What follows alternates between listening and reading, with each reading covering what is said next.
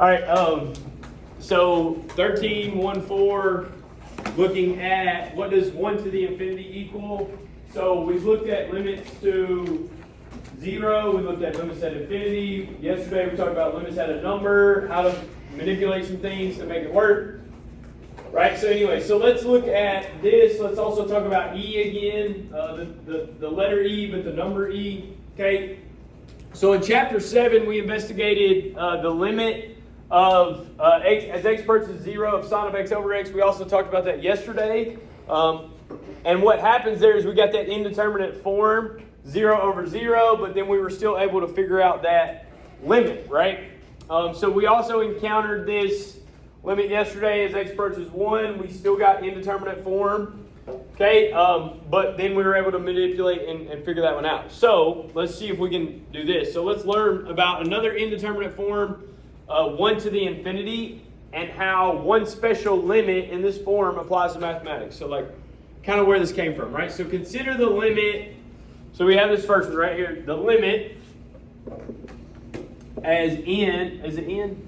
Yeah, n approaches infinity, okay, of 1 plus 1 over n to the n. Okay, so the first thing says, as n approaches infinity, what happens to the expression inside the parentheses? So what happens here? As n approaches infinity. It gets smaller. This gets smaller. So this right here is approaching what? 0. 0. So this is approaching 0, and 1 plus 0 becomes 1. 1, sure, right? So this is approaching 1, right? So therefore, the limit might be what? Infinity. Yeah. What's 1? 1 to any power. There's 1, right? So we could say the limit might be 1, right? Maybe. Right? Like 1 squared is 1, 1 cubed is 1, right? So 1 to the infinity might be 1. Sure. Right? Okay, look at this. But as n is approaching infinity, increasing the exponent causes the expression to get larger and larger. And the expression inside parentheses will be larger than 1, right? It's not going to be 1. It's going to be 1 and a decimal. It just may be 1.00000, right? 1. So what if this is bigger than 1, it's not actually 1, right? Again, y'all get the drift, right? Anything bigger than 1 to the infinity is going to approach infinity, right? So it could be 1 or it could be infinity, right? Maybe. Thinking through this. Okay. See, this is quite a battle. By trying larger and larger values of n on a calculator, evaluate this. So here's what I want you to do. Put this in a calculator, but put in some big value of n. Tell me what you get.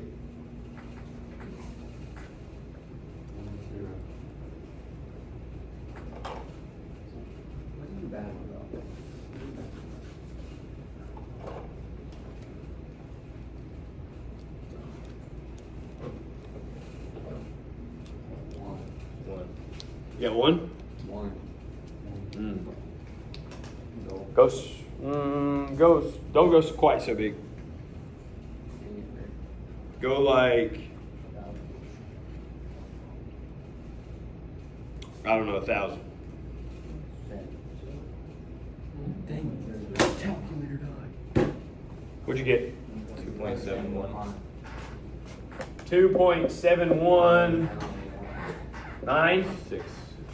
What'd you get? 2.71. Sorry, what? 692. 6. Okay, so let's go. We can say 6. Okay, so yeah. Okay, you should recognize this limit as a special number. What is it? E. T. E. So this limit is actually E. Okay, so look at this. Look at 43. The following limits are slight variations. Well, where's my mouse? Sorry. Okay, the following limits are slight variations of this. with the help of a calculator, express each of the following limits in terms of E. So for instance, in part A, you might think the limit is 3E. So all they did was change this number instead of 1 to 3. So you have the limit as n approaches infinity of 1 plus 3 over n to the n. So do the same thing. Put in 1,000, right? A big number. Put in 1,000 because that's what worked the best. And tell me what you get.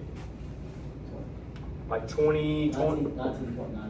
Yeah, so 19.99, around that. Okay, so they said it might be 3E. What is 3E? Should be like 9. Do it. I don't know. You have E on there. Do it. 8 something. So it's not 3E. What could it be then? E to the third power. Check that.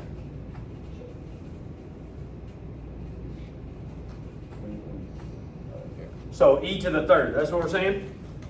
So if this is e to the third, what's this? What's the next one?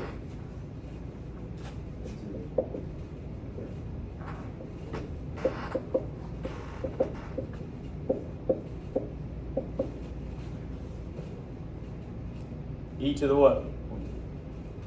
Sure. Right? Sure. Cool. Okay. Coach, where are you going with this? All right, 44. Two banks are competing for your deposit of $1,000. One bank offers 6% annual interest, compounded quarterly. Again, right? 6% quarterly. Write and evaluate an expression for the amount of money you will have after 1 year of this plan. Okay? What was the interest formula? Does anybody remember? A equals P. A equals P. Times 1 plus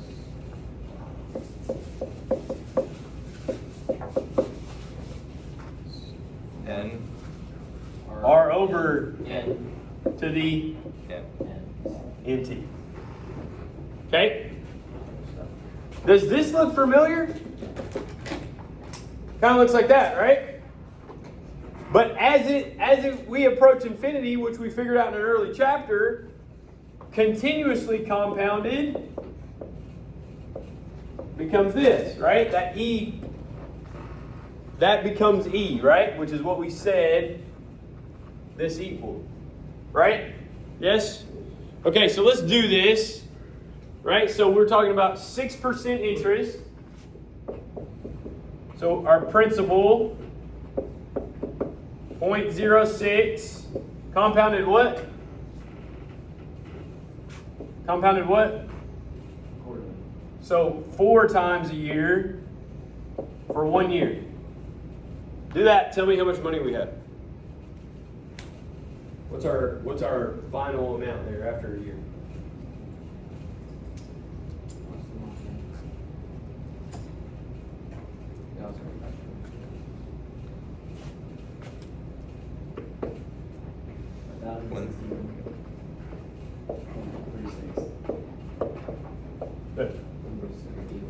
Cool.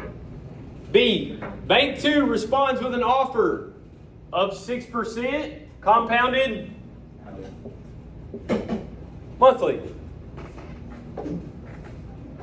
You're ahead of me. Yeah. Don't get ahead of me. I'll get it. So what's the only thing I'm changing here?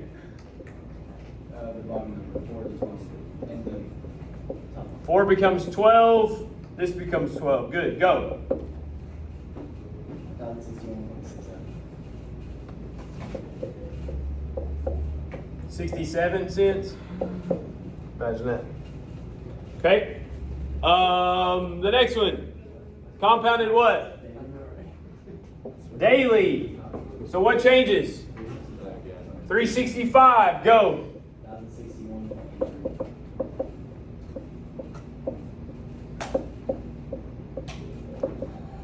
1,061.83. Yeah. Okay. D, compounded How many hours in a year? That's a lot. 8,760.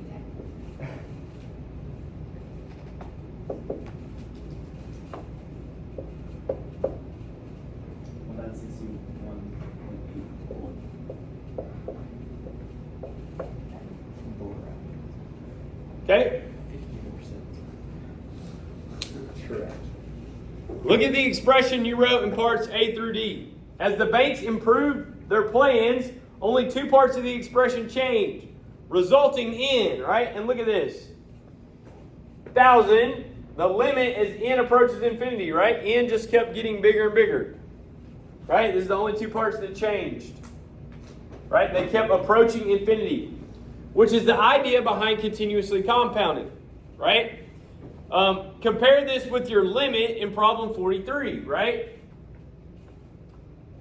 Express the limit in terms of E and use a calculator to determine the amount of money you would have after 1 year of continuously compounded interest, right? So what we were saying was it's this top number, E to that power, right? So when it's continuously compounded, what's it become? 1,000 times E to our 0.06 rate. Do that.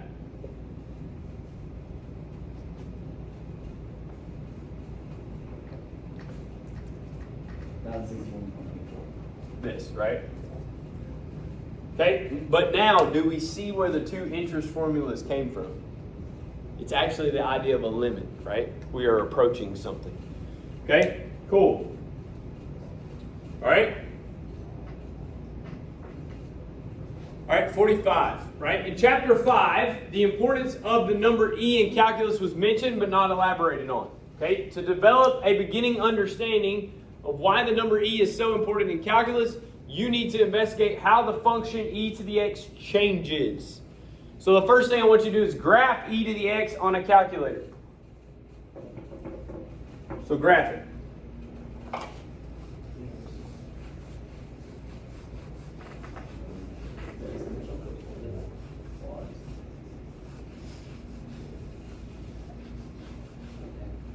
All right, so the first thing, right, is it looks something like this. So we have exponential growth, right? So how is it changing? Exponentially, right? Good. Awesome. Okay, each team, we're going to do this together. We're going to be assigned some values from -3 to 3 and how it changes, okay?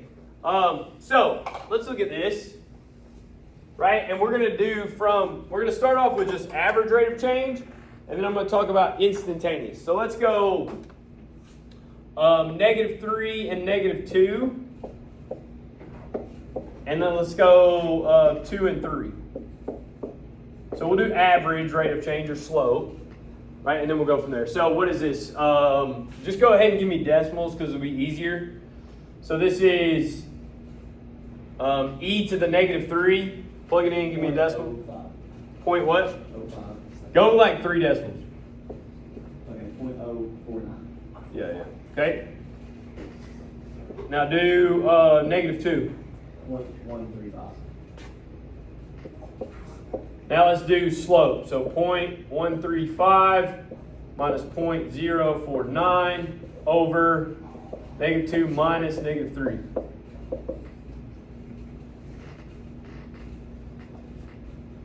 So the bottom's 1, right? So whatever this is, point what?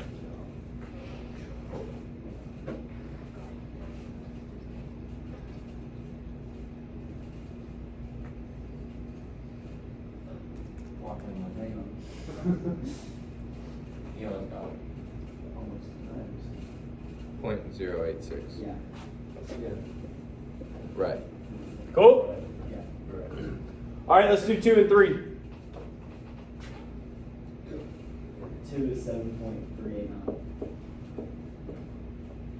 3 is 20 something, right? 0.085.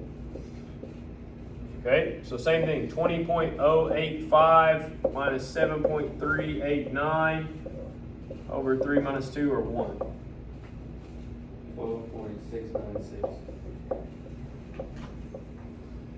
Cool. Okay. So those are average rates of change. Now, it talks about calculating instantaneous rate of change.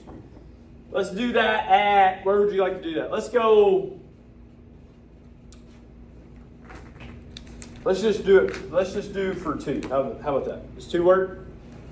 So we'll do 2, since we already have it. Actually, let's do it. Yeah, 2 work. Let's do 2. So 2, and then 2 plus h. Does that work? So 2 is going to be e squared, right? 2 plus h is going to be e to the 2 plus h. Yes? Okay, now, instantaneous rate of change, right? The limit as h approaches 0 of e to the 2 plus h minus e to the second all over h. Yes? Okay. Now, what happens? This becomes e to the second times e to the h. Yes? Minus e to the second all over h. Yes? Yes. Okay? If I factor out e to the second, it's e to the h minus 1 over h. Yes? Yeah. Okay?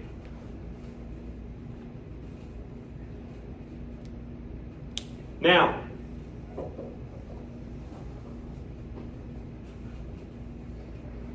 obviously, as h approaches 0, what happens from there? As h approaches 0. You get 0 over indeterminate, right? Yes? Everybody in agreement with indeterminate? Okay, so looking at that, is there anything else we can do?